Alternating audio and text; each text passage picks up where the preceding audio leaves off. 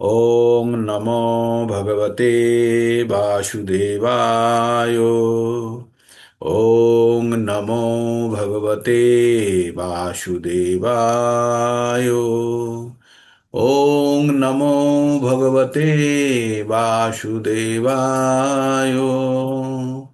ওং অজ্ঞানতিমিরান্ধস্য জ্ঞানাঞ্জনাশলাকয়া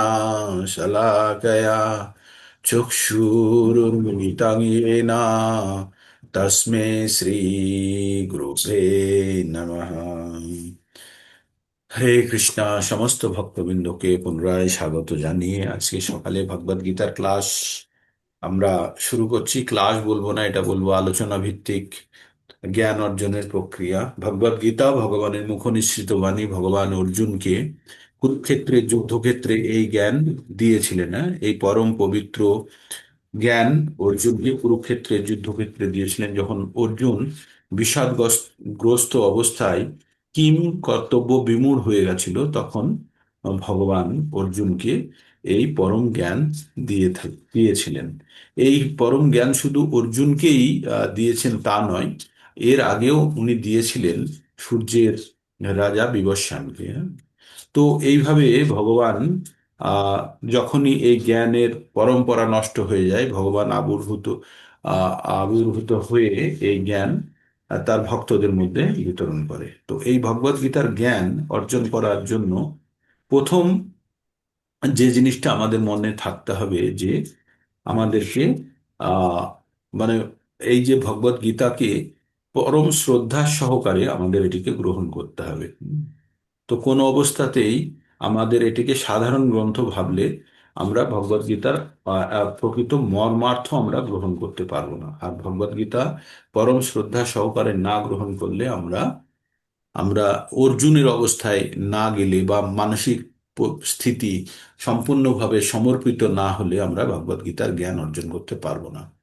ভগবদ গীতা অত্যন্ত পবিত্র, এবং যে ব্যক্তি ভগবদ গীতার জ্ঞান অর্জনের সুযোগ পায় তা তাকে ভাবতে হবে তার জীবনের অনেক জীবনের পুণ্যের ফলস্বরূপ একটি জায়গাতে এই ভগবদ গীতার জ্ঞান অর্জন করার পরে কি হয় সেগুলো তো আছে, কিন্তু ভগবদ গীতার মধ্যে একটি জায়গাতে বলছে, 7 নম্বর অধ্যায়ের 28 নম্বর শ্লোকে, যারা নোট করেন তারা নোট করে রাখবেন, তেষাং অন্তগতং পাপং জননাং পুণ্য কর্মণাং তে দ্বন্দ্বমোহর নির্মুক্তা ভজন্তে মাম দৃঢ়ব্রতা।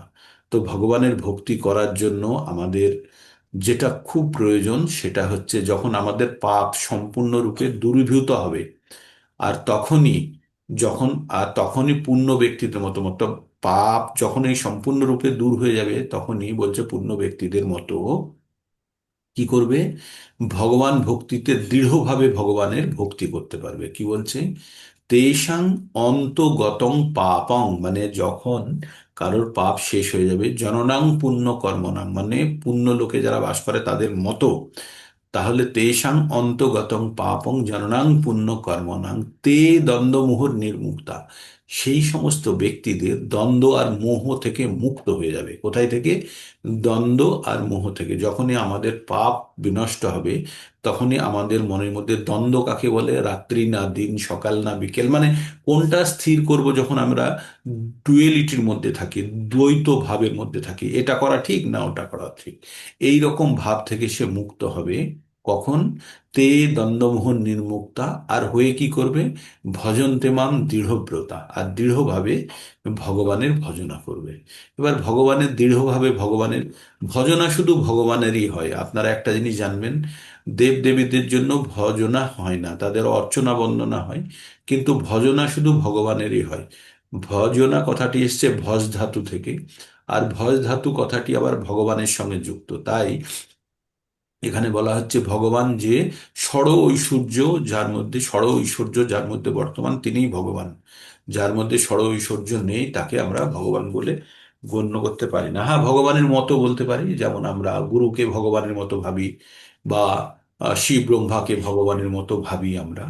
তো তাদেরকে আমরা যথেষ্ট সম্মান দিয়ে, যথেষ্ট আহ মানে তাদের ভক্তি করে আমরা অবশ্যই করব। কোনো অবস্থাতে যেন আমাদের মনের মধ্যে এটা যেন প্রশ্ন না হয় যে আমরা 2 নম্বর নাম অপরাধে পড়ি না, যে ভগবান বিষ্ণুর সঙ্গে শিব ব্রহ্মা আদি দেবতা সমূহকে সমান মনে না করা, 1 নম্বর। 2 নম্বর, আবার তার সঙ্গেই বলে তাদেরকে যেন পৃথকও না ভাবা। তার মানে ভগবানের সঙ্গে ব্রহ্মা এবং শিব ওতপ্রোতভাবে যুক্ত। তাদেরকে কোনো অবস্থাতেই যেন কোনো রকম আমাদের মনের মধ্যে আহ দেশ তৈরি না হয়, বা মনের মধ্যে এ না হয় কি ভগবান ভক্তি করলেই সবকিছু হয়ে যায়। অবশ্যই হয়, কিন্তু তাদেরকে অবহেলা না করে তাদেরকে অবশ্যই যথার্থ সম্মান দিয়েই আমরা কিন্তু এগোবো। ঠিক, এটা সবসময় মাথায় রাখবেন যে আমরা ভগবত কৃষ্ণ ভক্তি করতে এসেছি মানে বাকি সব বাদ। বাদের কথা কাউকে বলা হয় না, কৃষ্ণকে জুড়তে বলা হয়েছে আপনার জীবনে, হ্যাঁ? আর বাকি সকলকে, সকলের প্রতি আমাদের কৃতজ্ঞতা ব্যক্ত করতে হবে। বাকি যাদের আপনারা পুজো করেন বা করতেন বা এখনো করছেন, তাদেরকে আপনারা বলবেন যে সেই দেবতার কৃপাতেই আপনি আজকে ভগবান ভক্তির জন্য আপনার মনের মধ্যে ভাবনা বা সুযোগ উৎপন্ন হয়েছে, হ্যাঁ? তো তাহলে আমাদেরকে জানতে হবে যে ষোড় ঐশ্বর্যপূর্ণ ভগবান স্বয়ং এই জ্ঞান কৃষ্ণকে দিয়েছেন কুরুক্ষেত্রের যুদ্ধক্ষেত্রে। আর এই জ্ঞান অতি পবিত্র এবং আহ অতি পবিত্র এবং অতি রহস্যময়। রহস্যময় কেন? কারণ এই জ্ঞান অর্জন করার সুবিধা সকলের নেই এবং ক্ষমতাও সকলের নেই, হ্যাঁ? এই জ্ঞান অর্জন করার সুবিধাও সকলের কাছে নেই এবং ক্ষমতাও নেই। এটি অত্যন্ত ভারী। মানে যদি আপনাকে 50 কেজি ওজনের যদি একটা বাটখারা দিয়ে বলে নিয়ে যেতে, আপনি আমাদের সকলেরই কষ্ট হবে, হাতে করে তুলে নিয়ে যেতে পারবো না। কিন্তু যার গায়ে শক্তি আছে সে সেটি নিতে পারবে। তাই যাদের ভিতরে ভক্তির উন্মেষ হয়েছে এবং যাদের মধ্যে ভগবানের কৃপা আছে, তারাই এই অত্যন্ত গূঢ় বস্তু বুঝতে পারে এবং তাদের আসক্তি জন্মায়।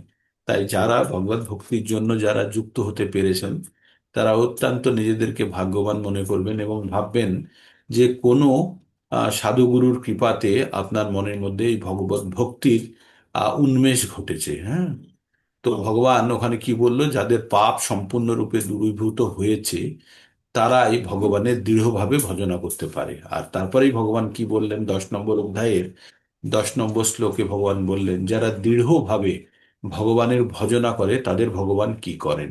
বলছেন, তেষাং অন্তগতং পাপং জননাং পুণ্য কর্মণাং তে দণ্ডমোহর নির্মুক্তা ভজন্তে মাম দৃঢ়ব্রতা। এটা 7-28 বলে দিল, এবার 10-10 বলছি। তেষাং সতত, আবার বলছে এইভাবে, তেইশাং সতত যুক্ত নাম ভজতাং প্রীতিপূর্বকম। তারপরে বলছে এইভাবে যুক্ত হয়ে সব সময় যারা প্রীতির সঙ্গে ভগবানের ভজনা করে, নাকি ভগবানকে শত্রু ভেবে প্রীতির সঙ্গে ভগবানের ভজনা করে, তেইশাং সতত যুক্ত নাম ভজতাং প্রীতিপূর্বকম। আর এইভাবে ভগবানের প্রেমময়ী সেবায় যারা ভগবানের সঙ্গে যুক্ত হওয়ার চেষ্টা করে, ভগবান কি করেন তাকে দদামি মানে দান করেন। কি করেন? বুদ্ধি যোগং, তাকে আমি বুদ্ধি দিই, যোগম বুদ্ধি যোগ দিই, যাতে ইয়ানু, কেন দিই আমি, ইয়ানো মায়ু পায়ন্তিতে, সে যেন আমার কাছে চলে আসতে পারে। তার মানে ভগবান কত সুন্দরভাবে বলেছেন যে ভগবানের কাছে ফেরত যাওয়ার জন্য ভগবান একটা রাস্তা বলে দিয়েছেন, যে সতত ভগবানের ভজনায় যারা যুক্ত হয়ে আছে তাদেরকে ভগবান কি দান করেন? বুদ্ধি দান করেন। আর সেই বুদ্ধির মাধ্যমে সে ভগবানের কাছে ফিরে যেতে পারে, তাই না? তো ভগবান তার সন্তানদের, আমরা আমাদেরকে কি বলেছেন? ভগবান বলেছেন আমাদের বীজ প্রদানকারী পিতা। তাহলে আমরা সকলেই ভগবানের সন্তান। আর ভগবান 14 নম্বর অধ্যায়ে 3 নম্বর শ্লোকে এই কথাটি বলেছেন। বলেছেন যে সর্বজনীষু কন্তেয় মূর্তয় সম্ভবন্তি য, সর্বজনীষু কন্তেয়, যত ধরনের প্রজাতি আছে, যত ধরনের জনিতে প্রাণী উৎপন্ন হয়, তার মধ্যে বলছে সর্বজনীষু কন্তেয়, হে কন্তেয়, যত ধরনের আমাদের প্রাণী কুল আছে তার মধ্যে, আর প্রত্যেককে বীজ প্রদানকারী পিতা আমি। তাই ভগবান আমাদের পরম পিতা জেনে, আর আমাদের মধ্যে সম্পর্কিত কি, তাহলে আমাদের সকলের মধ্যে সম্পর্ক, আমরা হচ্ছি একই পিতার সন্তান, হ্যাঁ? তো এইটা জেনে যখন আমরা এগোতে থাকবো, তখন আমাদের বৈরী ভাব বা একজন আরেকজনের প্রতি শত্রুতা ভাবটা নষ্ট হয়ে যাবে। এটাই অ্যাকচুয়ালি আহ এইটা ভেবে যখন আমরা ভগবত ভক্তিতে লীন হব, তখন কিন্তু আমরা ঈপ্সিত সিদ্ধি লাভ করতে পারবো। 1 মিনিট।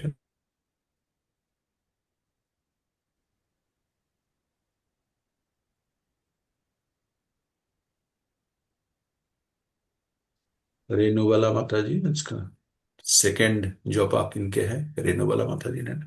हैंड रेज कीजिए। हरे कृष्ण। सेकंड जॉब किनका है?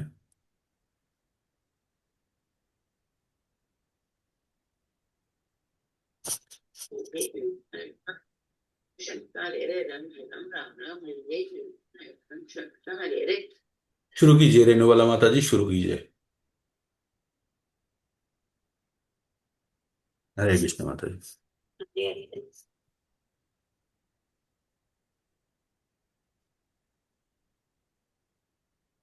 हरे कृष्णा कृष्ण कृष्ण हरे हरे, हरे রাম রাম রাম হরে হরে। তো আমি একটু এই 1 মিনিটের জন্য আমার একটা ব্রেক লাগে 5:30টার সময়। তো আমরা তাহলে আমরা কি জানলাম যে ভগবানের ভজনা করার জন্য আমাদের কি হতে হবে? পাপ মুক্ত হতে হবে। হ্যাঁ। তো পাপ মুক্ত যারা হবে তারাই ভগবানের দৃঢ়ভাবে ভজনা করতে পারবে। তো পাপ মুক্ত হওয়ার পদ্ধতি কি? তাহলে নতুন কোনো পাপ আমরা করব না। যেগুলো করেছি সেগুলো শুদ্ধিকরণের জন্য আমরা পবিত্র নামের আশ্রয় গ্রহণ করেছি। আর পবিত্র নাম হচ্ছে আমাদের সার্প এক্সেলের মতো, যে আমাদের চেত দর্পণ মার্জনম, আমাদের চিত্তরূপী দর্পণের মার্জনা করে তার উপরে যে নোংরা জমে আছে সেগুলোকে অপসারণ করে। হ্যাঁ। তাই এবার আমাদের জানতে হবে তাহলে ভগবত গীতা সম্পূর্ণরূপে একটি আধ্যাত্মিক বিজ্ঞান। এটি কোনো ধর্মগ্রন্থ বললে ভুল হবে, এটা কোনো ধর্মের জন্য বদ্ধ নয়, এটি হচ্ছে মানব ধর্মের গ্রন্থ। মানব ধর্মের, মানুষের জীবন কেমন হওয়া উচিত, মানুষের প্রকৃত পরিচয় কি, সেটি আমরা এই ভগবত গীতার মধ্যে থেকে জানতে পাচ্ছি। তাই আমরা এখনো পর্যন্ত ভগবদ গীতাতে যে জ্ঞান অর্জন করেছি, অ্যাকচুয়ালি ভগবদ গীতা থেকে আমরা 5টি বিষয় সম্বন্ধে জানতে পারি: ঈশ্বর, জীব, প্রকৃতি, সময় এবং কর্ম। এই প্রথম 4টি বিষয়, ঈশ্বর, জীব, প্রকৃতি, সময়, এই প্রথম 4টে যে বিষয় সম্পূর্ণভাবে ভগবানের নিয়ন্ত্রণাধীন। পঞ্চম বিষয়টি যেটি কর্ম, সেখানে আমাদের কিছু করার জায়গা আছে। তার মানে আমাদের কাছে আমাদের কাছে যেটি আছে, আমি জীব হিসাবে আমার কাছে কি আছে, সময় এবং প্রকৃতি যেটা আছে, সেটি কিন্তু সম্পূর্ণ ভগবানের নিয়ন্ত্রণাধীন। আমার কাছে শুধু কর্ম করার শুধু স্বাধীনতা আছে। হ্যাঁ। এবং ফলও আমরা সেইভাবে আশা করতে পারি না, কারণ ফলের উপরে সম্পূর্ণ আমাদের নিয়ন্ত্রণ নেই। তার মানে আমি কোন পরিবারে জন্মাবো, কোন এনভায়রনমেন্টে থাকবো, আমার আর্থিক অবস্থা কি হবে, সব পূর্ব নির্ধারিত। আর সেটাকে বলা হয় প্রারব্ধ। আমি সেটা নিয়ে এসেছি কোথা থেকে? যখন আমি এই বর্তমান জীবনে আসি, পূর্ববর্তী জীবনের এবং তারও পূর্ববর্তী জীবনের কর্মফল স্বরূপ, এবং তার সঙ্গে আমার সঞ্চিত কর্মফল এবং অন্তিম কালের ইচ্ছা। পূর্ববর্তী জীবনে যখন আমি দেহত্যাগ করেছিলাম, তখন আমার অন্তিম সময়ে যদি মনুষ্য থেকে থাকি, তাহলে মনুষ্য থাকার কারণে যে অন্তিম সময়ের ইচ্ছা ছিল, সেই ইচ্ছার কারণে বর্তমান জীবন লাভ করেছি। তাহলে আমরা এখানে যারা বর্তমানে জুম মন্দিরে কানেক্টেড আছি, আমরা কেউ অন্তিমকালে ভগবানকে স্মরণ করিনি। ভগবান 8 নম্বর অধ্যায়ের 5 নম্বর শ্লোকে বলছে, মৃত্যুর সময় যে ভগবানকে স্মরণ করতে পারে, তাই বলছে অন্তকালে চ মামেব শরণ মুক্তা কলেবরম যো প্রয়াতি সা মদ্ভাবম ইয়াতি নাস্তত্র সংশয়া। ভগবান বলেছেন যে মৃত্যুর সময় যে ভগবানকে স্মরণ করে দেহত্যাগ করে, সে অবশ্যই ভগবানের ভাব প্রাপ্ত হয়, তাতে কোনো সন্দেহ নেই। তো তাহলে আমরা কেউ পূর্ববর্তী জীবনে ভগবানকে স্মরণ করিনি। এবার ভগবানকে মৃত্যুর সময় স্মরণ করা খুব কঠিন। কেমনটা কঠিন? যেমনটা কঠিন যে গাড়ি চালাতে চালাতে অ্যাক্সিডেন্টের আগে হেলমেট পরার মতো। আমরা জানি না কখন আমাদের অ্যাক্সিডেন্ট হবে, তাই আমরা বাইক চালানোর আগে সব সময়তেই মাথাতে হেলমেট পরে রাখি। তেমনই আমরা সর্বদা যখন, এখানে আরেকটি কথা বলছে 8-6 বলছে, ইয়াম ইয়াম ব্যাপী শরণ ভাবম ত্যাজ তন্তে কলিরম তম তমে বৈতি কন্তেও সদা তদ্ভাব ভাবিতাহা। খুব গুরুত্বপূর্ণ ভাবে বলা হয়েছে, মৃত্যুর সময় যদি মানুষ ভগবানকে স্মরণ করে দেহ ত্যাগ করে, তাহলে ভগবানের ভাব প্রাপ্ত হবে। কিন্তু যদি কেউ ভগবানকে স্মরণ করতে না পারে, অন্য কিছু স্মরণ করে, সেজন্য বলছে ইয়াম ইয়াম ব্যাপী শরণ ভাবম, যা যা ভেবে সে দেহ ত্যাগ করছে। ইয়াম ইয়াম ব্যাপী শরণ ভাবম ত্যাজ তান্তে কলেবরম, আন্তে ত্যাজ ত্যাগ করছে কি, কলেবর মানে এই দেহ। তাহলে যা যা ভেবে এই দেহ ত্যাগ করছে, তমতমে বইতি কোনতেও, তাই সেটাই সে পাবে। কোনতেও সদা তদ্ভাব ভাবিতা। আর সেটা যেটা সবসময় ভাবতে থাকে, তার মানে নিষ্কর্ষ কি হলো? যে মৃত্যুর সময় যে যা ভাবনা চিন্তা নিয়ে দেহত্যাগ করবে, পরবর্তী জীবনে সে সেই রকমই জীবন পাবে। আর আরেকটি গুরুত্বপূর্ণ কথা হচ্ছে, এখানে মৃত্যুর সময় সেটি স্মরণ আসবে যেটি সব সময় আমাদের স্মরণে আমরা যেটাকে সবসময় ব্যবহার করি। তার মানে আমরা এই ভৌতিক জীবনে থেকে যদি সবসময় বিষয়বস্তু নিয়ে মধ্যেই থাকি, তাহলে কিন্তু মৃত্যুর সময় ভগবান স্মরণে আসবে না। তাই ভগবান কি বলছে, যে মৃত্যুর সময় ভগবানকে স্মরণ করতে পারলে ভগবান পাবে, ভগবানকে বাদ দিয়ে অন্য কিছু স্মরণ করলে অন্য কিছু পাবে। তাই ভগবান এখানে খুব সুন্দর একটা লজিক বললেন পরবর্তী শ্লোকে 8-এর 7-এ, তসমাদ সর্বেষু কালেষু মাম অনুসরম যুদ্ধ চ। তাই বললো, তাই তুমি সব সময় আমাকে স্মরণ করে তোমার জীবন যুদ্ধে উত্তীর্ণ, মানে অবতীর্ণ হও, জীবন যুদ্ধে নেমে পড়ো। তসমাদ সর্বেষু কালেষু মাম অনুসরম, এই কথাটি অত্যন্ত গুরুত্বপূর্ণ। আমাকে স্মরণ করে করে তুমি যুদ্ধ করো। এবার যদি যখনই তোমার মৃত্যু হবে, তুমি তো আমাকে সব সময়, তসমাদ সর্বেষু কালেষু, তাই তুমি সব সময় মাম অনুসরণ, আমাকে স্মরণ করে যুদ্ধ করো। তাহলে কি হবে? তসমাদ সর্বেষু কালেষু মাম অনুসরং যুদ্ধ চ, মই অর্পিত মনে বুদ্ধির, আমাতে মন এবং বুদ্ধি নিবেশ করো। মামেব এষস্য অসংশয়, তুমি যে আমার কাছে আসবে তাতে কোনো সন্দেহ নেই। তাহলে ভগবানের যদি আমরা মন আর অর্পণ করে যদি আমরা যুদ্ধ করি, আমাদের জীবন যুদ্ধ করি, কাকে? ভগবানকে। তাহলে আমাদের জীবনে কিছু বাদ দিতে বলছে না, আমাদের জীবনে যুক্ত করতে বলছে। কাকে? ভগবানকে। তাহলে ভগবানকে কেন্দ্রে রেখে যখন আমরা সব সময় আমাদের জীবনকে চালনা করব, তাহলে আমরা কিন্তু অন্যদিকে পতিত হওয়ার ভয় থাকবে না। তখন আমরা কিন্তু ওই যখন পড়বো তখন কেন্দ্রের দিকেই পড়বো, তো তাহলে ভগবানের কাছে গিয়েই আমরা পড়বো। তো এই জিনিসটা আমাদের মাথায় রেখে আমরা ভগবত ভক্তির জন্য এগোই। তো আমাদের প্রথমে গভীর শ্রদ্ধা লাগবে। আর ভক্তি জিনিসটা অত্যন্ত দুটো অ্যাসপেক্ট আছে। এটা দেখতে গেলে খুব সহজ, কিন্তু অভ্যাস খুব কঠিন। মানে বলতে গেলে খুব সহজ, কিন্তু অভ্যাস খুব কঠিন। তো ভক্তির একটি পদ্ধতি তৈরি করা হয়েছে। ভক্তি এমন নয় যে আমি মন থেকে ভগবানের পুজো করে নিলাম, হয় না, মন থেকে হয় না এগুলো। একটা নির্দিষ্ট বিধি মেনে, পদ্ধতি মেনে আমাদের এই ভক্তির প্রক্রিয়াগুলো করতে হবে। ভগবান বলেছে মন আর বুদ্ধি রেখে যদি কেউ ভগবানের স্মরণ করে, তো সে ভগবান তার হৃদয়ে বাস করে, এবং সেও ভগবানের হৃদয়ে বাস করে। মই অর্পিত মনে বুদ্ধির, মই অর্পিত মনে বুদ্ধির মামে বৈশস্য অসংখ্য, আগেও বললো। তো মামেব অধস্তস্য, মামেব অধস্তস্য, আহ ওই একটা 12 নম্বরের 8 নম্বর শ্লোকটি ছিল, তো তার ওই অংশটা আছে। সেখানে এই কথাটাই বলেছে যে আমাতে মন বুদ্ধি লাগিয়ে থাকে, সে আমাতেই নিবাস করে এবং আমি তার কাছেই নিবাস করি। তো যদি সেটা করতে পারে, না করতে পারলে ভক্তি যোগের অনুশীলন করতে হবে। তো আমরা যেটা করি বর্তমানে, অনুশীলন করি। কি করি আমরা? অনুশীলন করি, অভ্যাস করি। অভ্যাসের দ্বারা ধীরে ধীরে ভগবানের প্রতি যেন আমাদের আসক্তি বাড়ে। তো বিভিন্ন স্টেজ আছে ভক্তির। আসক্তি জিনিসটা আমরা খুব বৃহৎ অর্থে আসক্তি বলতে গেলে অনেক স্টেজের পরেই আসক্তিটা আসে। তবে আমরা এখন অনুশীলন করে যাব। অভ্যাস যখন হয়ে যাবে, তারপরে আমরা ভগবানের প্রতি আসক্তি নিষ্ঠা হবে। তারপরে আমাদের অনর্থ নিবৃত্তি হবে। তো এইটা স্টেজগুলি এরকম হচ্ছে। প্রথমে হচ্ছে শ্রদ্ধা। প্রথমে ভগবানের ভক্তি করার আগে সর্বপ্রথম হতে হবে শ্রদ্ধা। তারপরে হবে সাধু সঙ্গ। সাধুকে, যে ব্যক্তি আপনাকে ভগবানকে স্মরণ করিয়ে দেবে সেই সাধু, বাস। আর কিচ্ছু নয়। সাধুর কোনো ডেফিনেশন নেই। যাকে দেখলে, যাকে শুনলে আপনার ভগবানের স্মরণ হয়, সেই হচ্ছে সাধু। আর যাকে দেখলে ভগবানের স্মরণ আসে না, সে যত বড়ই সাধু হোক, সে সাধু নয়। তাকে আমরা যতই গেরুয়া পরে থাক আর যাই পরে থাক, সে সাধু নয়। তাহলে যাকে দেখলে আপনাদের মনের মধ্যে ভগবানের কথা স্মরণ হবে, সেই হচ্ছে সাধু। আর সাধু সঙ্গ, প্রথমে হলো আমাদের শ্রদ্ধা, তারপরে হলো সাধু সঙ্গ।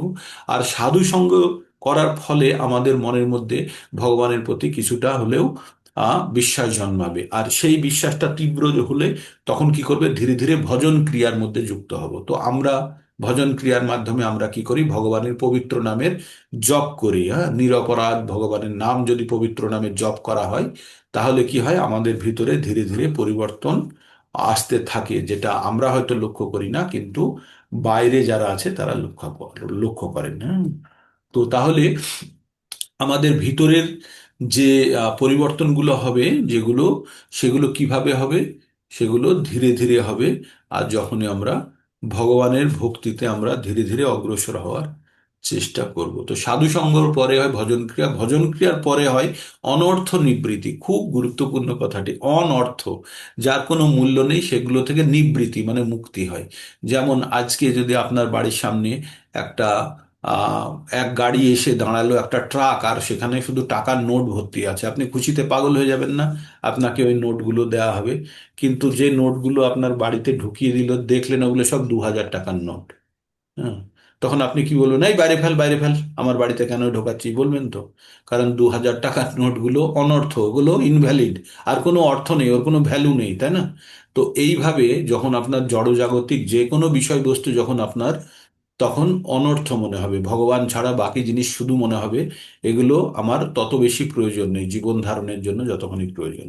তো জীবন ধারণটা কি, সেটাকে বলা হয় নৈমিত্তিক কর্ম। আর ভগবানের কাজ করাকে বলা হয় নিত্যকর্ম বা নিত্য ধর্ম আর নৈমিত্তিক ধর্ম। এবার অর্জুনকে সেই ধর্ম সম্বন্ধে ভগবান বোঝাচ্ছেন। কি বোঝাচ্ছেন? যে অর্জুন, তোমাকে তো আমি এবার আত্মা সম্বন্ধে বললাম, তুমি তো তোমার নিজের পরিচয় জানতে পেরেছো, তুমি কে? তুমি হচ্ছে একজন আত্মা। আর আত্মার, তোমার শরীরটা হচ্ছে একটি বস্ত্র বা একটা বাহনের ন্যায়, যে তোমাকে বয়ে নিয়ে চলে যাচ্ছে কোথায়? নির্দিষ্ট গন্তব্যস্থলের দিকে। আর তুমি কোনো ব্যক্তিকে হত্যা করতে পারবে না, কারণ তাদের আত্মাকে হত্যা করা যায় না। তবে দেহকে তুমি বিনাশ করতে পারো, যেটা আমার নির্দেশে তুমি করবে। ভগবানের নির্দেশ, যাকে তাকে সে হত্যা করবে না যতক্ষণ না পর্যন্ত ভগবানের নির্দেশে করবে। তো এই ভগবদ গীতার প্লট যেটা আছে, সেটা ভগবানের সম্পূর্ণভাবে রচনা, যাতে ভগবান পরে বলবে আমাদেরকে ভগবান কেন আবির্ভূত হয়েছে। ভগবান বলবেন যে কালোস্মি লোকক্ষয়কৃত প্রবৃদ্ধ, মানে বিরাট রূপ দর্শন করার পরে অর্জুন যখন আরো কনফিউজড হয়ে যায়, তখন অর্জুন ভয় পেয়ে যায়, পেয়ে ভগবানকে বলে, আপনি কে? আপনার তো এরকম বিরাট রূপ আমি কখনো, বিকট রূপ আমি দেখিনি, আপনি কে? তখন ভগবান খুব কড়া ভাষায় বলেন, কালোস্মি, আমি কাল, আমি সব কিছু হরণ করে নিই, কালোস্মি লোক ক্ষয়কৃত প্রবৃদ্ধ, লোক, লোকজনকে আমি শেষ করার জন্য এসেছি। তুমি পাণ্ডবরা ছাড়া আর বাকি কেউ বাঁচবে না, সবাই এখানে মারা যাবে। তো ভগবানের এই যে বিভিন্ন যুদ্ধ বিগ্রহ হয়, এগুলো সব ভগবানের প্ল্যানিং, যে কিভাবে লোক ক্ষয় করা হবে। ভাগবতমের মধ্যে আরো পড়ি যে ভগবানের নারায়ণী সেনা বা যদু সেনা, এ তো যুদ্ধ করে পাণ্ডবদেরকে জিতিয়ে দিয়ে গেল, জিতিয়ে দিয়ে আর তাদের যখন জায়গাতে, নিজের জায়গাতে ফিরে গেল, গিয়ে তারা আবার নিজেদের মধ্যে যুদ্ধ করে আবার তারা মরে আবার তারা চলে গেল কোথায়? ভগবান যাদেরকে কাজ করার জন্য এনেছিলেন, তারা সমস্ত কাজ করে আবার ফেরত চলে গেল। তো তেমনি আমরা এই জড়জগতে এসেছি আমাদের ইচ্ছার কারণে এবং আমাদের কর্মফলের কারণে। তো এবার এই শরীরটা পেয়ে আমাদের পরম উদ্দেশ্য, আমাদের শুদ্ধ ভক্তির মাধ্যমে আমাদের কিন্তু এই পরম উদ্দেশ্যকে সাধিত করব শুদ্ধ ভক্তির মাধ্যমে। আর শুদ্ধ ভক্তি কি? জড়জগতিক, জড়জাগতিক যত ইচ্ছা কামনা বাসনাকে ত্যাগ করে আমরা যখন সম্পূর্ণভাবে ভগবান ভক্তিতে লীন হতে পারবো, তখনই কিন্তু আমাদের জন্য ভগবানের চরণ বা মুক্তির দ্বার উন্মুক্ত হবে। তার আগে নয়। যতক্ষণ পর্যন্ত আমাদের মধ্যে ইম্পিউরিটি থাকবে, আমাদের মধ্যে অশুদ্ধতা থাকবে, ততক্ষণ আমাদের বারবার এই জন্ম মৃত্যুর চক্রে আবদ্ধ হয়ে এই ধরাধামে আসতে হবে। আর পৃথিবীতে আসা মানেই জন্ম মৃত্যু, জরা ব্যাধি, আধি আত্মিক, আধি ভৌতিক, আর অধি দৈবিক, এই 7 প্রকার সমস্যার মধ্যে দিয়ে আমাদেরকে যেতে হবে। তাই আমরা এই যে ভগবত ভক্তির জন্য আপনারা সকাল 5টা থেকে আপনারা যে উন্মুখ হয়ে থাকেন, বা তারও আগে থেকে যারা যুক্ত হয়ে যান, এটা সাধারণ ব্যক্তির কাজ নয়। এটার জন্য ভগবানের অসীম কৃপা এবং আপনাদের পূর্ববর্তী জীবনের অনেক ভালো কর্মের ফলস্বরূপ আজকে আমরা সবাই মিলে ভগবত গীতা বা ভগবত জ্ঞান অর্জনের সুযোগ পেয়েছি বা আমরা আলোচনা করছি। তাই ভগবান অর্জুনকে প্রথমে বললেন, তুমি আত্মা, তুমি এই শরীরের মধ্যে আছো, আর এই শরীরটা কিছুদিনেই নষ্ট হয়ে যাবে। তাই আত্মার পরম গন্তব্যস্থলে পৌঁছানোর জন্য এই শরীরটাকে তুমি ব্যবহার করো। এবার পরম গন্তব্যস্থল কি আমরা ধীরে ধীরে জানবো। আমাদের আত্মার পরম গন্তব্যস্থল কি? সেটা হচ্ছে ভগবানের চরণ। সেটা কিভাবে হয় আর ধীরে ধীরে আমরা জানবো। এবার অর্জুনকে বলা হলো, অর্জুন, তোমাকে তো আমি বিশ্লেষণ করে বললাম, আর যেটা বললেন তিনি সেটি সাংখ্য দর্শন বলে। সাংখ্য দর্শন মানে হচ্ছে সংখ্যা থেকে সাংখ্য, সংখ্যা হচ্ছে গণিতের একটি অংশ, আর সাংখ্য মানে এই যে বিশ্লেষণাত্মক যে জ্ঞান সেটাকে বলে সাংখ্য। এটি কপিল মুনি তার মাতা দেবহূতিকে দিয়েছিলেন এই সাংখ্য দর্শনের কথা। তো এবার ভগবান, এবার অর্জুনকে সাংখ্য দর্শনের পরে এবার ভগবানকে তার ধর্ম সম্বন্ধে বোঝাচ্ছে। আমাদের দুই ধরনের ধর্ম হয়। ধর্ম কি? ধর্ম মানে হিন্দু মুসলমান জৈন খ্রিস্টান নয়। ধর্ম মানে হচ্ছে বৈশিষ্ট্য, গুণ। জলের ধর্ম কি? তরলতা। চিনির ধর্ম কি? মিষ্টতা। এগুলো হচ্ছে ধর্ম। এরা কোনো হিন্দু মুসলিম জৈন খ্রিস্টান চিনি হয় না। ওদের ধর্ম আমরা পড়েছি না, হাইড্রোজেনের ধর্ম কি পড়েছিলাম টেনে আমাদের, 9, 10 আমাদের কোশ্চিন আসতো, 7-এ, 8-এ। তো তাহলে মানুষের ধর্ম কি? মানুষের ধর্ম জানতে হবে। জল যেমন ঢেলে দিলেই উঁচু জায়গা থেকে নিচু জায়গায় চলে যায়, মানুষেরও মানুষেরও ধর্ম হচ্ছে, মানুষ হচ্ছে সচ্চিত আনন্দ। সচ্চিত আনন্দ কে? ভগবান। আর মানুষ হচ্ছে ভগবানের অংশ, তাই মানুষের মধ্যে সব গুণগুলি বর্তমান যেগুলি ভগবানের মধ্যে আছে। তার মানে ভগবান যদি সমুদ্রে হয়, মানুষ হচ্ছে এক ফোঁটা জল। সমুদ্রের জলের মধ্যে জলও যেমন লবণাক্ত, তেমন মানুষের উম, আপনার কাছে হোমিওপ্যাথি শিশিতে যদি ছোট জল থাকে সেটিও লবণাক্ত। একই গুণ পাওয়া যাবে, কেমিক্যাল গুণ, কিন্তু গুণগত মান এক হলেও সংখ্যাগত মান বিভিন্নতার কারণে দুটো দুই ধরনের ফল পাওয়া যায়। তাই ভগবান হচ্ছে বিভু আর আমরা হচ্ছি অনু। তাই অনুর কাজ হচ্ছে বিভুর কাছে চলে যাওয়া। অনুর অনু নিজের অস্তিত্ব ঠিকভাবে রাখতে পারবে না, তাই যখন সে বিভুর কাছে চলে যাবে তখন তার অস্তিত্ব সম্পূর্ণভাবে বর্তমান থাকবে। তাহলে বিভু হচ্ছে ভগবান, আর অনুকে আমরা। এবার অনুর মধ্যে বিভুর গুণগুলো সবগুলো বর্তমান, কিন্তু খুব ক্ষুদ্রাতি ক্ষুদ্র অবস্থায় বর্তমান। যেমন মনে করেন সমুদ্রের নৌকা চলতে পারে, জাহাজ চলতে পারে, ঝড় হতে পারে, বৃষ্টি হতে পারে, যেটা আপনার ওই হোমিওপ্যাথি শিশিতে 2 বিন্দু জল নিয়ে তার মধ্যে সেগুলো হবে না। তো তেমনি যেহেতু আমরা ভগবানের সন্তান, ভগবানের মতোই আমাদের ইচ্ছাগুলো আছে, বা কিন্তু সেইগুলিকে, আমাদের ওই ইচ্ছাগুলিকে যখন সঠিকভাবে চালনা করে আমাদের উদ্দেশ্যের দিকে ব্যয় করব, তখনই আমরা ভগবানের কাছে বা ভগবানের চরণে আশ্রয় পাব। নতুবা আমাদেরকে কিন্তু এই আমাদের যে এই ইন্দ্রিয় ভোগের ইচ্ছায় যখন আমরা প্রবৃত্ত থাকব, তখন কিন্তু সব সময় এই জন্ম মৃত্যুর চক্রে আবদ্ধ থাকব। তাই ভগবান অত্যন্ত কৃপার সঙ্গে বলছে, দদামি বুদ্ধি যোগম তাম, তাকে আমি বুদ্ধি যোগ দিই, ইয়ানো মায়ু পায়ন্তিতে, যেন আমার হারানো সন্তান আমার কাছে ফিরে আসতে পারে। ঠিক। তো এবার ভগবান অর্জুনকে এবার বলছে, অর্জুন তুমি ক্ষত্রিয়।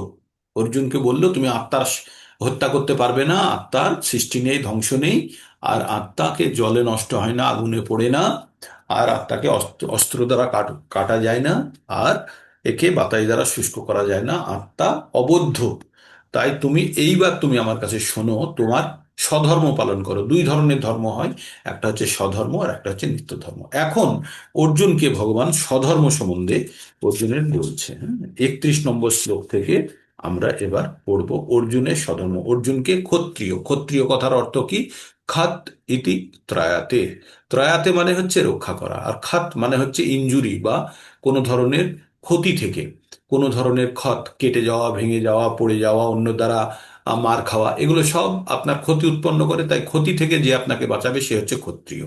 তাহলে আমাদের দেশে ক্ষত্রিয় কারা? শাসকবর্গ, পুলিশ এবং সৈনিক, এরা হচ্ছে ক্ষত্রিয়। এদের কাজ হচ্ছে আপনাদেরকে, আমাদেরকে দুর্বৃত্তদের থেকে রক্ষা করা। তো অর্জুনকে এবার বলছে, অর্জুন তুমি ক্ষত্রিয়, তাহলে ক্ষত্রিয়র মধ্যে কি কি গুণ থাকতে হবে? ক্ষত্রিয়র মধ্যে গুণ থাকবে তেজ, ক্ষমা, ধৃতি, দৃঢ়তা, মনের মধ্যে দাক্ষাং, দক্ষতা থাকবে।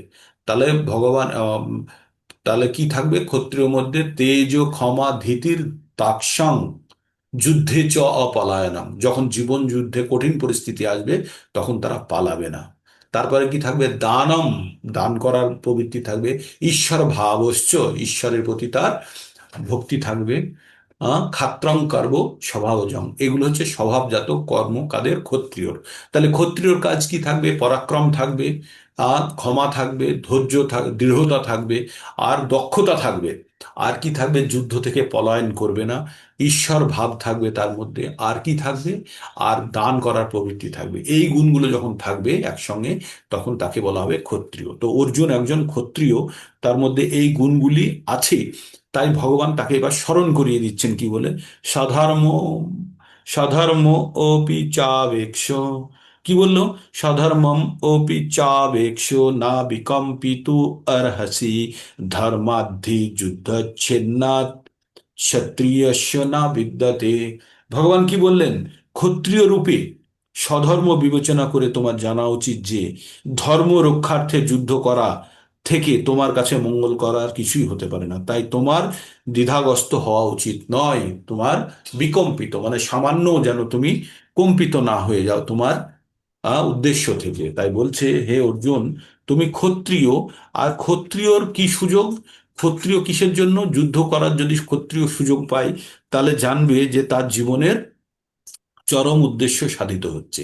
আর এই যুদ্ধ যদি ধর্ম রক্ষার্থে হয়, তাহলে তার থেকে ভালো কিছু হয় না। আমরা একটা খুব ছোটবেলা থেকে শ্লোক পড়ে আসি, অহিংসা পরমো ধর্ম, পড়ি তো। তার মানে কি, যে হিংসা না করাটা খুব ভালো ধর্ম, মানে প্রকৃত ধর্ম, খুব ভালো কথা। তার পরের অংশটা কি আমরা বেশিরভাগই জানি না। তার পরের অংশটা হচ্ছে ধর্ম হিংসা তথৈব চ। হুম, অহিংসা পরম ধর্ম, ধর্ম হিংসা তথৈব চ। বলছে অহিংসা করা খুব ভালো, কিন্তু তার থেকেও ভালো যদি ধর্মের জন্য যদি হিংসা করতে হয়। তাই অর্জুন, এখন অর্জুন কি করছে, এখন অর্জুনকে হয়তো আপাত দৃষ্টিতে হিংসা মনে হচ্ছে। তাই কি বলছে যে এবার তুমি, তোমার কাছে হিংসা মনে হলেও তুমি করতে পারো। আর হিংসা করা কোনো ক্ষত্রিয়র অপগুণ নয়। হিংসা, ক্ষত্রিয় হলে তাকে হিংসা করতে হতে পারে, হিংসা মানে কাউকে হত্যা করতে হতে পারে, সেটি ব্রাহ্মণের গুণ, কাউকে অহিংসা, কিন্তু ক্ষত্রিয় গুণ নয়। তাই প্রথম অধ্যায়ে আমরা কি দেখেছি, অর্জুনের মধ্যে গুণের পরিবর্তন হয়ে গেছিল, তাই না? অর্জুনের মধ্যে বর্ণ সংকর হয়ে গেছিল, কিভাবে, ব্রাহ্মণের গুণ এসে গেছিল অর্জুনের মধ্যে। তাই অর্জুন তার কর্তব্য থেকে বিচলিত হয়ে গেছে। তাই ভগবান অর্জুনকে এবার বোঝাচ্ছে যে তুমি ক্ষত্রিয়, তুমি ব্রাহ্মণের ভাব এনো না মনের মধ্যে, আর তোমার ধর্ম তুমি পালন করো। তাই কি অর্জুনের ধর্ম, ক্ষত্রিয় রূপে স্বধর্ম বিবেচনা করে তোমার জানা উচিত যে ধর্ম রক্ষার্থে যুদ্ধ করার থেকে তোমার থেকে মঙ্গল করা আর কিছুই নেই। তাই তোমার দ্বিধাগ্রস্ত হওয়া উচিত নয়। হুম। তো এখানে ওই ক্ষত্রিয়ের কথাগুলি বলা হয়েছে, ক্ষত্রিয় সম্বন্ধে। তারপরে 32 নম্বর শ্লোকে ভগবান কি বলছেন, ভগবান বলছে যদিচ্ছায়া চ পন পপন্নং স্বর্গদ্বারম প্রবৃত্তম সুখিনা ক্ষত্রিয়া পার্থ লভন্তে যুদ্ধ মীদৃশম। কি বলছে, যদিচ্ছায়া, আপনা থেকে, চ উৎপন্নম উপস্থিত, উপপন্নম উপস্থিত হয়েছে, স্বর্গদ্বারম। বলছে ক্ষত্রিয় সামনে যুদ্ধ করার যদি কোনো সুযোগ আসে, জানবেন ক্ষত্রিয়ের জন্য স্বর্গের দ্বার উন্মুক্ত হয়ে গেছে। তার মানে আমরা কি ভাবি সব থেকে বেশি, আমরা সাধারণ কথায় কি বলি, আরে স্বর্গ লাভ করাই সব থেকে বেশি প্রাপ্ত তো।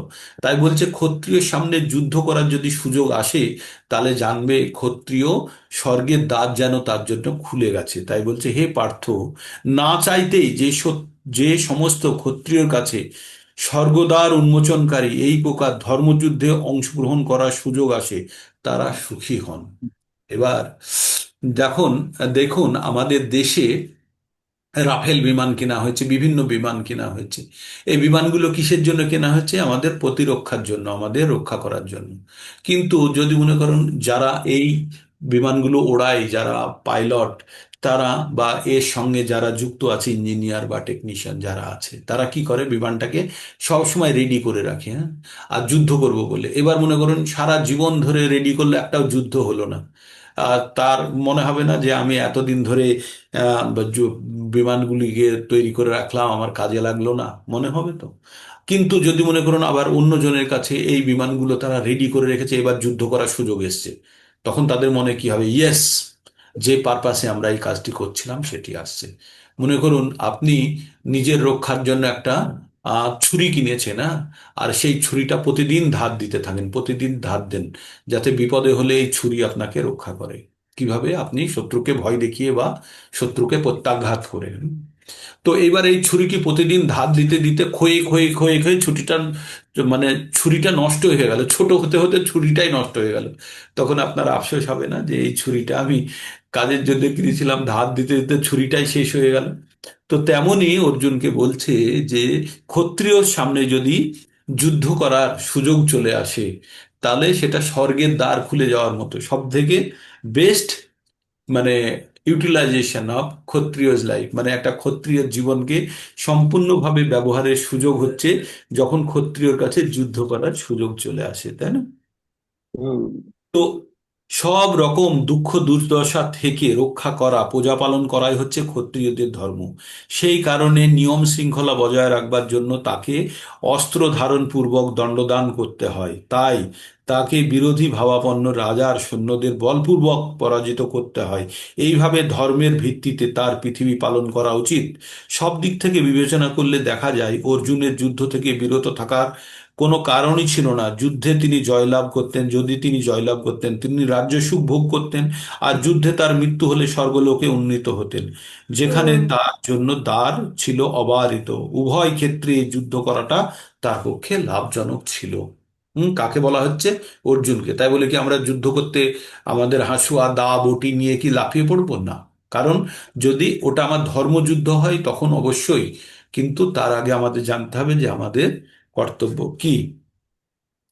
এইবার ভগবান 33 নম্বর শ্লোকে বলছে, অথ চেত্তমিমম ধর্মম সংগ্রামং না করিষ্যসি তত সধর্মং কীর্তি চ হিত্তা পাপম বাপ্স্যসি। ভগবান কি বললেন? বললেন তুমি যদি এই ধর্মযুদ্ধ না করো তাহলে তোমার স্বীয় ধর্ম তোমাকে যোদ্ধারূপ খ্যাতি থেকে ভ্রষ্ট হয়ে পাপ ভোগ করবে। বলছে তুমি ক্ষত্রিয়, এবার ক্ষত্রিয়র সামনে যুদ্ধ করার প্রয়োজন এসে গেছে। এখন তুমি যদি যুদ্ধ না করো তাহলে কি হবে? তুমি পাপ, তোমার জন্য পাপ উৎপন্ন হবে, কারণ তোমার নিজস্ব স্বীয় ধর্ম তুমি সেটিকে কাজে লাগালে না। আর তুমি কি করবে? এবার আরো বলছে যে তুমি যদি তোমার ধর্ম কি? তোমার ধর্ম হচ্ছে ক্ষত্রিয়। ক্ষত্রিয় হয়ে তোমার যুদ্ধ করার, ধর্মযুদ্ধ করার সুযোগ এসেছে, আর তুমি যদি তাতে মানা করে দাও তাহলে তুমি কিন্তু এখন পাপ করছো। আগে যেটা বলেছিল না যে আমি যদি কাউকে হত্যা করি তারা নরকে গমন করবে, তাহলে আমার পাপ হবে। এইবার এইবার ভগবান উল্টো করে বলছে, বলছে তুমি যদি এই ধর্মযুদ্ধ না করো তাহলে তোমার স্বীয় ধর্ম, মানে তোমার যে প্রকৃতিগত গুণ, সেই গুণের কারণে তোমার, সেই গুণের কারণে তুমি যুদ্ধ থেকে বিরত থাকতেই পারবে না, নম্বর ওয়ান। আর তাতে কি হবে? যোদ্ধারূপ তোমার যে খ্যাতি আছে, আমি যদি বলি যে আমি বড় বিদ্বান আর আমাকে এবিসিডি জিজ্ঞেস করলে আমি যদি বলতে না পারি, তাহলে তো আমি মিথ্যা বলছি না? বা আমার কাছে প্রশ্ন চলে আসলো, এই প্রশ্নগুলোর উত্তর দিন, আমি জানি যদি আমি উত্তর না দিই তাহলে আমি কি দোষে উপনীত হলাম? অর্জুন বলেছিল কি? কার্পণ্য দোষ। তাই অর্জুনের মধ্যে কার্পণ্য দোষ আছে। সেই কার্পণ্য দোষকে সরানোর জন্য ভগবান অর্জুনকে বিভিন্ন ধরনের কথা বলছে। বলছে হে অর্জুন, তোমার স্বীয় ধর্ম এবং যোদ্ধা রূপে খ্যাতি থেকে তুমি ভ্রষ্ট হয়ে পাপ ভোগ করবে। তাহলে কি হবে? তার খ্যাতি, তার যে সুনাম আছে, তার যে সুনাম আছে সেটি তার নষ্ট হওয়ার, নষ্ট হবে, কারণ সে তার নামের বা তার ধর্মের সদ্ব্যবহার করছে না। হুম। তারপরে এবার বলছে 34 না, অকীর্তিং চ ভূতানি, অকীর্তিং চ পি ভূতানি কথায়িষ্যন্তি তে বাহম সম্ভাবিতস্য চাকীর্তি মরদাৎ তিরিচ্যতে, মরদা অতিরিচ্যতে, মরণাৎ অতিরিচ্যতে। কি বলছে? অকীর্তিম চ অপি ভূতানি কথায়ন্ত সন্তি অব্যয়ম সম্ভাবিতস্য চ অকীর্তি মরণাৎ অতি রিচ্যতে। তো বলল মানুষ চিরকাল তোমার কীর্তহীনতার কথা বলবে। কখন? চিরকাল। অকীর্তিম মানে তোমার অকীর্তির কথা বলবে। এবং কোনো মর্যাদা সম্পন্ন ব্যক্তির পক্ষে এই অপমান, অসম্মান মৃত্যু অপেক্ষা নিকৃষ্টতর। মানে যদি কোনো ক্ষত্রিয় যুদ্ধ থেকে পালিয়ে যায় তাহলে তাকে কি বলবে? যুদ্ধ থেকে পালানো, তার তার সমালোচনা সবাই করবে। আর কি বলবে? এই অকীর্তির কারণে সবাই তার বদনাম করবে, এবং সেটা একজন ক্ষত্রিয়র জন্য মরে যাওয়ার থেকেও বেশি কষ্টকর। ক্ষত্রিয়র জন্য মরা কঠিন কাজ নয়, কারণ সে তার জীবনকে বাজি রেখে সে শত্রুকে নিধন করার চেষ্টা করে। তাই বলছে, তুমি যদি যুদ্ধ না করো, তাহলে তাহলে সবাই কি বলবে? অর্জুন ভয় পেয়ে যুদ্ধ থেকে পালিয়ে গেছে, সেটি তোমাকে মৃত্যুর থেকেও বেশি কষ্টদায়ক হবে। হ্যাঁ? তাই এই কথাটি আবার বলছে যে ভয়াত রণাত উপরতম ভয়াত ভয়াত রণাদ উপরতং মংসন্তি তাং মহারথা যেষাং চ তাং বহুমতো ভূত্তা যাস্যসি লাঘবম। যে সমস্ত মহারথীরা তোমার নাম এবং যশের জন্য উচ্চ ধারণা পোষণ করে, তারাই তুমি ভয়বশত যুদ্ধক্ষেত্র পরিত্যাগ করেছো বলে তোমার কে তুচ্ছ বলে মনে করবে। হ্যাঁ, যে যারা অর্জুনকে আজকে মান সম্মান দেয়, বা যারা জানে অর্জুনের মতো শ্রেষ্ঠ বীর হওয়া যাদের জীবনের আদর্শ, তারা এবার অর্জুনকে তুচ্ছ মনে করবে। তারা ভাববে যে অর্জুন ভয়ে যুদ্ধক্ষেত্রে থেকে পালিয়ে গেছে। হ্যাঁ? তো এই অপবাদ তুমি সহ্য করতে পারবে না, সেই কথাই অর্জুনকে বলছে। তারপরে কি বলছে? অবাচ্য বাদাংশ বহুনো বোধিষ্যন্তি তদা বিধাহ নিন্দস্ত নিন্দন্তস্তব সামর্থ্যং তত দূরতরং না কিমু। বলছে অবাচ্য অবাচ্য বাদাংশ, মানে যে অকথ্য কথা, মানে যে কথাগুলো বলা উচিত নয় সেই কথাগুলো, বাদাংশ বহুন বদিষ্যন্তি বলবে। আর কারা বলবে? অহিতা, তোমার শত্রুরা। নিন্দন্ত নিন্দন্ত তোমার নিন্দা করবে। আর তোমার সামর্থ্য নিয়ে তোমার ওরা মানে তোমার সামর্থ্য নিয়ে, তোমার যে কতখানি সামর্থ্য হয় সেটা নিয়ে সংজ্ঞা প্রকাশ করবে। তাই বলছে তোমার শত্রুরা তোমার সামর্থ্যের নিন্দা এবং বহু অকথ্য বলবে। তার থেকে অধিকতর দুঃখদায়ক তোমার পক্ষে আর কি হতে পারে? মানে অর্জুনকে উৎসাহিত করছে যে তোমার ধর্ম, তুমি ক্ষত্রিয়, ক্ষত্রিয়র জন্য যুদ্ধ করা মানে তোমার জন্য স্বর্গের দ্বার খুলে যাওয়া। ক্ষত্রিয় যদি যুদ্ধ না করে, তাহলে তাকে সকলে আকথা কুকথা বলবে, অকথা কুকথা বলবে। বলবে অর্জুন ভয়ে পালিয়ে গেছে যুদ্ধ থেকে। আর একজন ক্ষত্রিয়র জন্য এই রকম অপবাদ, যুদ্ধ থেকে পালানোর অপবাদ, তার কাছে মৃত্যুর থেকেও বেশি কষ্টকর। তাই অর্জুন, তুমি এই সব কথা তুমি ভেবো না। এবার অর্জুনকে বলছে, এতক্ষণ তো ভয় দেখালো, এবার কি পাবে সেটা বললো। মানে দুটো পার্ট থাকে না, যে অর্জুনকে প্রথমে বললো যে তুমি যদি না করো, ভয়ের কথাগুলো বললো, কি কি হুম। কনসিকুয়েন্সেস হতে পারে। এইবার বলছে তুমি যদি যুদ্ধ করো তাহলে কি করো, কি হবে, তাই তুমি কি করবে। এবার 37 নম্বরে ভগবান বলছেন, হত বা পাপস্যসি স্বর্গম জিত্তা বা ভক্ষ্যসে মহিম তস্মাদুত্তিষ্ঠ কন্তেয় যুদ্ধায় কৃত নিশ্চয়। বলল, হত বা প্রাপ্স্যসি স্বর্গম, তুমি যদি হত্যা হয়ে যায়, তুমি যদি মৃত্যুবরণ করো, তাহলে তুমি স্বর্গ পাবে। জিত্তা বা ভক্ষ্যসে মহিম, আর যদি তুমি জিতে যাও, তাহলে এই রাজ্য লাভ করে তুমি রাজ্য ভোগ করবে। তসমাদ উত্তিষ্ঠ কন্তেয়, এবং তুমি উঠে পড়ো হে কন্তীয়, জাগো। তুমি যদি যুদ্ধে যেত, তাহলে তুমি রাজ্য ভোগ করবে, আর যদি যদি মৃত্যুবরণ করো, তাহলে তুমি স্বর্গ পাবে। তোমার দুই হাতে লাড্ডু। তাই তুমি উঠো, উঠে যুদ্ধ করার জন্য কৃত নিশ্চয়, তুমি নিজেকে যুদ্ধ করার জন্য তৈরি করো। তাই বলছে, হে কুন্তিপুত্র, এই যুদ্ধে নিহত হলে তুমি স্বর্গ লাভ করবে, আর জয়ী হলে তুমি পৃথিবী ভোগ করবে। অতএব যুদ্ধের জন্য দৃঢ় সংকল্প হয়ে উত্থিত হও। কাকে বলল? অর্জুনকে বলল। তাহলে অর্জুনকে এইভাবে প্রথমে বলল তুমি যুদ্ধ না করলে তোমার কি কি হবে, আর পরে যুদ্ধ করলে কি হবে। এইবার কি করতে হবে অর্জুনকে বলছে। সুখ দুঃখে সমকিত্তা লাভালাভ জয়া জয় তথ যুদ্ধায় যুদ্ধস্য নৈবং পাপম বাপ্স্যসি। এইবার বলল, সুখ দুঃখে সমকিত্তা, সুখ আর দুঃখে একই রকম ভেবে, লাভ অলাভ, জয় ক্ষতি, এগুলো বিচার, এগুলো সব দ্বন্দ্ব। কি? সুখ দুঃখ, সমকিত্তা লাভা লাভ জয়া জয়, লাভ অলাভ, জয় পরাজয়, তত যুদ্ধায় যুদ্ধস্য নৈবং পাপং। এইগুলো সব তুমি ভুলে, কি ভুলে? সব কিছু সুখ দুঃখে একই রকম, লাভ জয় ক্ষতিতে একই রকম অবস্থায় থেকে তুমি যুদ্ধ নিমিত্তই যুদ্ধ করো। যুদ্ধ নিমিত্ত মাত্র যুদ্ধ করো, যেটা করার প্রয়োজন আমি বলছি, তাহলে তোমার কোনো ধরনের পাপ হবে না। একজন যদি সৈনিক যুদ্ধক্ষেত্রে যদি তার আহ অন্য দিকের সৈনিককে যদি হত্যা করে, তাহলে তার কাছে কোনো পাপ হয় না। তাই বলছে, সম দুঃখ সুখ লাভ খুশি জয় পরাজয়কে সমান জ্ঞান করে তুমি যুদ্ধের নিমিত্তই যুদ্ধ করো, তাহলে তোমাকে কোনো পাপের জন্য ভাগী হতে হবে না।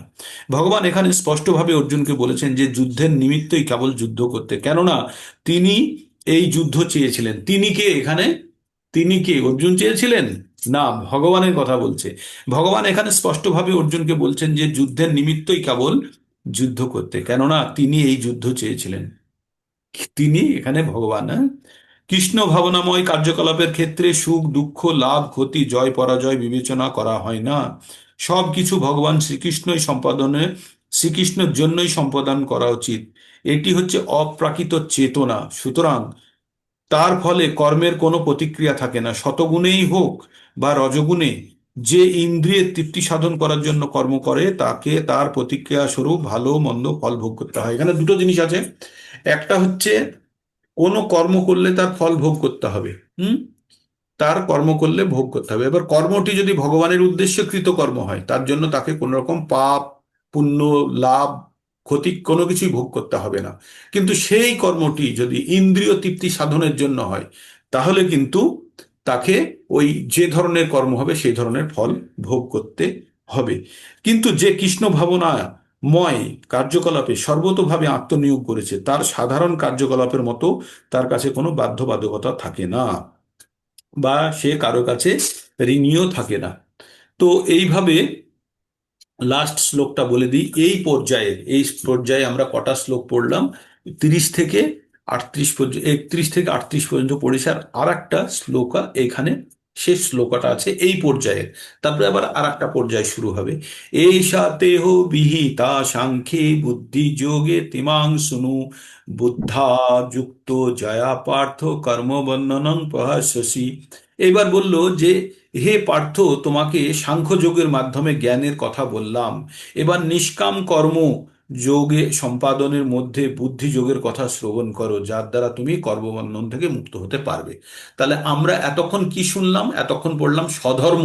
এবার পড়বো আমরা নিত্য ধর্ম। এই স্বধর্মকে বলা হয় নৈমিত্তিক ধর্ম বলা হয়। আর আমরা পড়বো এবার নিত্য ধর্ম, যেটা হচ্ছে নিষ্কাম কর্মযোগের কথা বলা হবে, যেটা 40 নম্বর থেকে কাল থেকে শুরু হবে। তো এতক্ষণ পর্যন্ত আমরা 31 থেকে 39 নম্বর শ্লোক পর্যন্ত পড়লাম, যেখানে সামারি হিসাবে অর্জুনকে ভগবান বললেন, তুমি ক্ষত্রিয় অর্জুন, তুমি যদি যুদ্ধ, তোমার সাধারণ তোমার মানসিকতায় যুদ্ধ করার আর তোমার প্রবৃত্তি যুদ্ধ করার হওয়া উচিত, তাই তুমি যুদ্ধ করো। যুদ্ধ যদি তুমি না করো, তাহলে সবাই তোমার নামে কথা কথা বলবে। আর একজন ক্ষত্রিয়র জন্য এই অপবাদ মৃত্যুর থেকেও অধিক কঠিন। তাই তুমি স্বধর্ম, তোমার ধর্মকে বর্তমান রেখে তুমি সামান্য কম্পিত না হয়ে এই যুদ্ধ তুমি চালনা করো, এই যুদ্ধ তুমি করো। আর কি বললো? জয় ক্ষতি লাভ লোকসান এগুলো না ভেবে তুমি যুদ্ধ করো, তুমি আমার আদেশ ভেবে তুমি যুদ্ধ করো। আর কি বললো? তুমি এই যুদ্ধে যদি নিহত হও, তাহলে তুমি স্বর্গলাভ করবে। আর যদি তুমি এই যুদ্ধে যদি তুমি জয়লাভ করো, রাজ্য ভোগ করবে। তার মানে তোমার দুই হাতে লাড্ডু।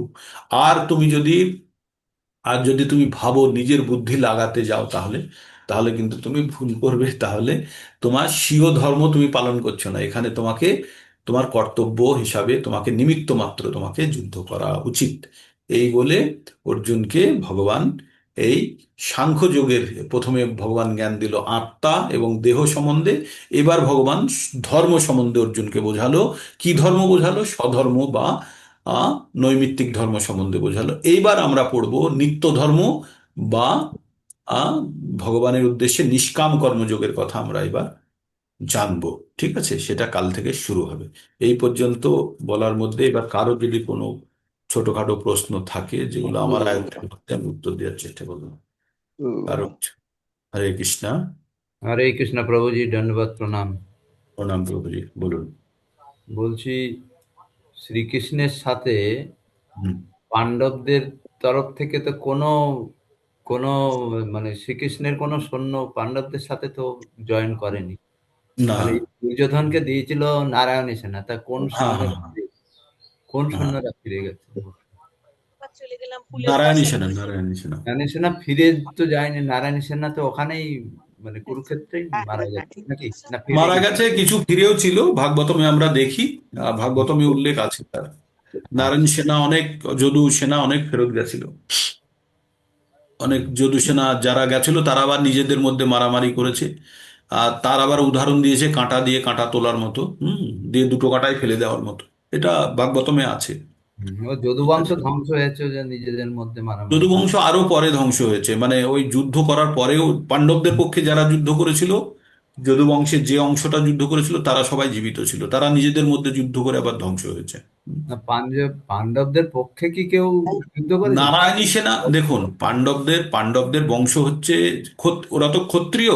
এবার ভগবানের সেনাটা ছিল আপনার নারায়ণী সেনা, ঠিক আছে।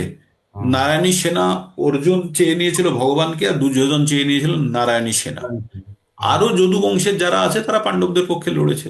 আরো যদু বংশের যারা আছে, পাণ্ডবদের বংশের যারা আছে, তাদের কথাই বলছিল যে তারাও যুদ্ধ করার পরে তারাও আবার নিজেদের মধ্যে মরেছে, মরে তারা আবার ভগবানের কাছে ফেরত চলে যায়। মানে ভগবানের এটা একটা প্লট আর কি। আপনি পুরো স্টেজ বানালেন, বানিয়ে নাটক ফাটক হলো, তারপরে আবার যাদেরকে স্টেজ বানাতে বলেছিলেন তাদেরকে বললেন খুলে নিয়ে আয়। হ্যাঁ, তো এইভাবেই। ঠিক মহুয়া মাতাজি বলুন। আছে। শ্রী কৃষ্ণ প্রভুজি। হ্যাঁ মাতাজি বলছি, বলুন। সমুদ্র মন্থনের সময় লক্ষ্মী দেবী তো অমৃতের ভাণ্ড নিয়ে উঠেছিল। দেবতারা সেই অমৃত পান করে তো অমর হয়, তাহলে দেবতাদের লয় হয় কি করে? দেবতাদের অমরত্ব মানে একটা দীর্ঘ জীবনকেই অমরত্ব হিসাবে ধরা হয়। অমরত্ব মানে ভগবান ছাড়া কেউ অমর নয়, সকলকেই মরতে হবে। তো এগুলো যুগে যুগে চলবে হয়তো। ব্রহ্মা অমরত্ব না হলেও 432 কোটি বছর ব্রহ্মার একদিন হয়, মানে 12 ঘন্টা হয়। তো সেই হিসাবে এই মনুষ্য জীবনের রেসপেক্টে অমরের মতোই। আহ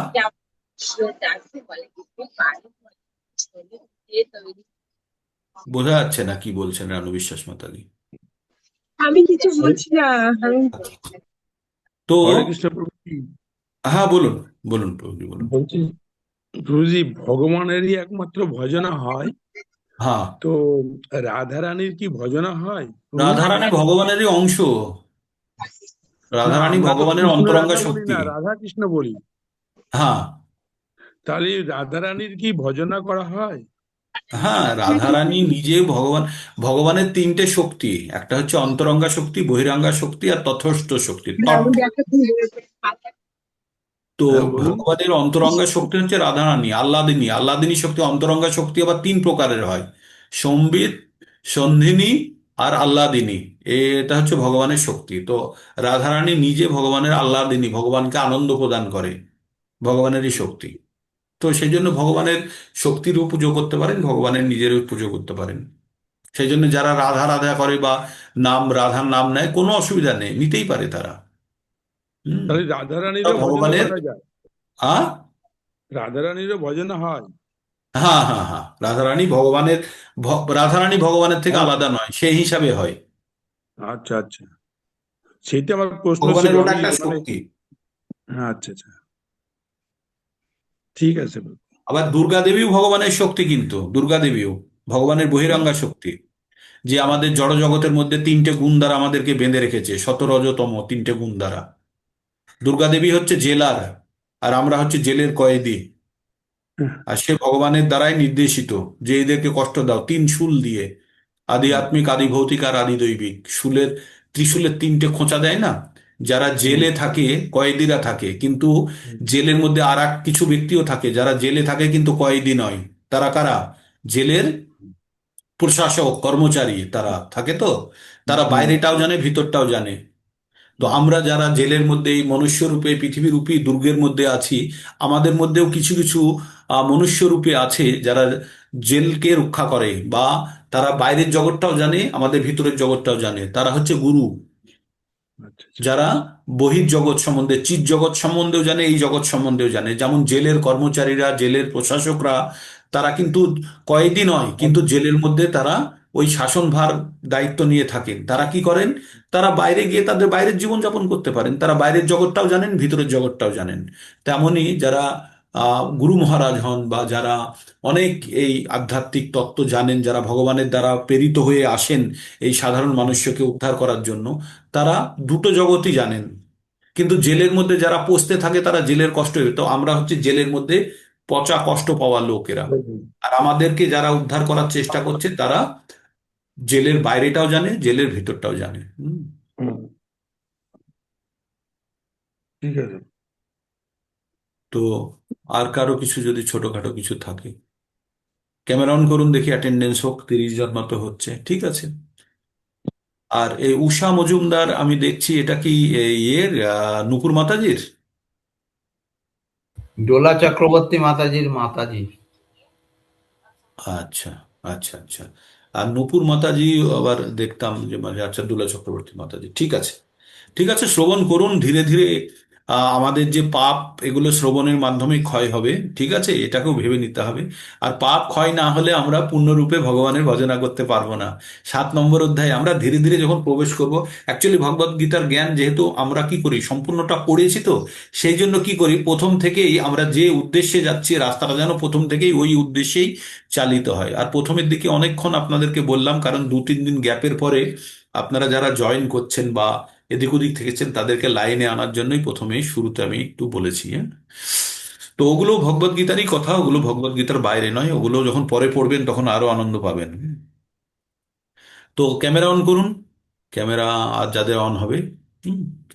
হরে কৃষ্ণ কৃষ্ণ কৃষ্ণ হরে হরে, হরে রাম রাম রাম। রাম রাম হরে হরে।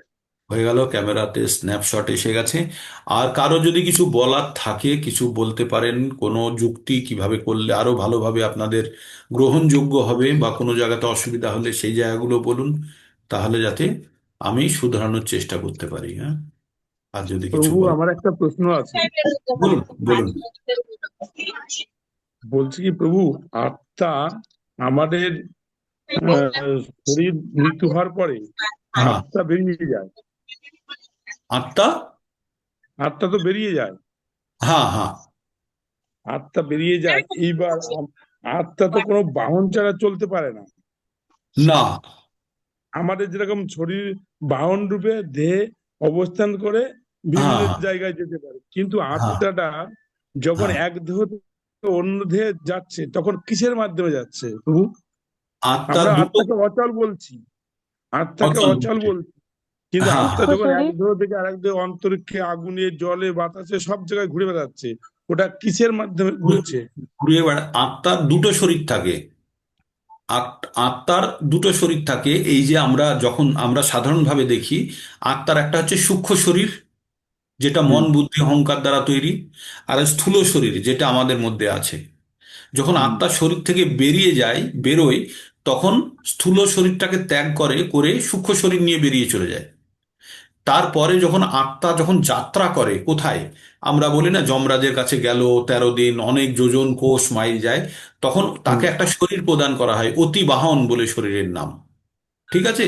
সেই হুম শরীর চেপে আত্মা যাত্রা করে সেই যমরাজের কাছে গিয়ে, সেখানে বিচারপত্র হয়। তারপরে তাকে আর একটা শরীর দিয়ে তাকে যেখানে যাবে সেই গাড়িতে করে পৌঁছে দেওয়া হয় সেই সেই জায়গাতে। তারপর থেকে তার আবার পরবর্তী জীবন শুরু হয়। আর যখন আত্মার কোনো শরীর থাকে না, সূক্ষ্ম শরীর নিয়ে ঘোরে, এই ভূত প্রেত আদি তাদের কাছে সূক্ষ্ম শরীর নিয়ে ঘোরে, তাদের কাছে বড় শরীর থাকে না। মৃত্যুর পরে 12-13 দিন যে শ্রদ্ধা অনুষ্ঠান, শ্রাদ্ধ অনুষ্ঠান কার্যকলাপ হয়, তখন আত্মা কিন্তু আশেপাশেই ওই কোনো জায়গাতে আশ্রয় নিয়ে থাকে, এই সূক্ষ্ম শরীরটা নিয়েই থাকে তখন। আচ্ছা। তারপরে তাকে অতি বাহন শরীর প্রদান করা হয়, যেটা বিষ্ণুদূতরা তাকে শরীর দিয়ে অনেক ছুটিয়ে ছুটিয়ে নিয়ে যায় বিভিন্ন করে, যেগুলা বিষ্ণু পুরাণে বা গরুড় পুরাণে খুব সুন্দরভাবে ব্যাখ্যা করা আছে, যে মানুষ কিভাবে 16টা স্টেশনে কোথায় কোথায় থামতে হয়, কিভাবে নদী পার হতে হয়, বিস্তারিতভাবে ব্যাখ্যা করা আছে। সুযোগ হলে আমরা ধীরে ধীরে ছোট ছোট করে পড়বো। সুতপা মাতাজি হ্যান্ড রেজ করেছেন। হরে কৃষ্ণ প্রভুজি। হ্যাঁ, যখন বলুন।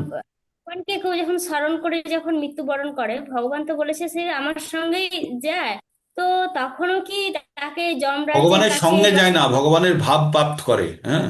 ভগবানের ভাব প্রাপ্ত করে, মানে ভগবানের চরণাশ্রয় পেয়ে যায়। কখন পায় দেখুন, এগুলো হচ্ছে টেকনিক্যাল কথা, ঠিক আছে? ভগবান সে 1 ঘন্টা পরে পেলো আর 2 ঘন্টা পরে পেলো, তাতে কি যায় আসে? সে উদ্দেশ্য তো তার সাধিত হয়ে গেছে।